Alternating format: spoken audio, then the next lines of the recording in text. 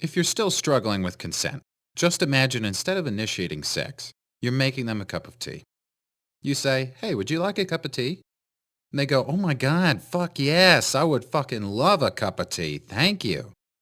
Then you know they want a cup of tea. If you say, "Hey, would you like a cup of tea?" And they're like, I'm not really sure. Then you could make them a cup of tea or not, but be aware they might not drink it. And if they don't drink it, then, and this is the important part, don't make them drink it.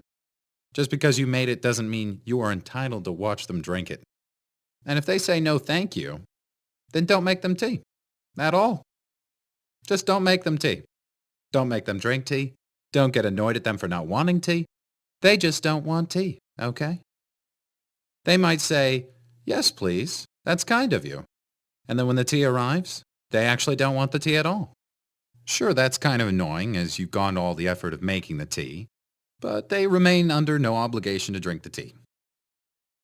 They did want tea, now they don't.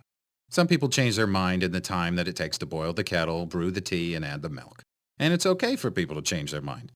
And you are still not entitled to watch them drink it. And if they're unconscious, don't make them tea. Unconscious people don't want tea. And they can't answer the question, "Do you want tea?" Because they're unconscious. Okay, maybe they were conscious when you asked them if they wanted tea. And they said yes. But in the time it took you to boil the kettle, brew the tea, and add the milk, they are now unconscious. You should just put the tea down. Make sure the unconscious person is safe. And this is the important part again. Don't make them drink the tea.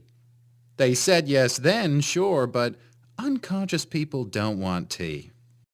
If someone said yes to tea, started drinking it, and then passed out before they'd finished it, don't keep on pouring it down their throat.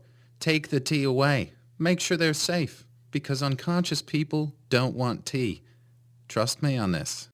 If someone said yes to tea around your house last Saturday, that doesn't mean they want you to make them tea all the time.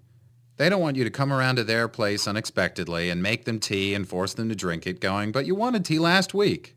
Or to wake up to find you pouring tea down their throat going, "But you wanted tea last night."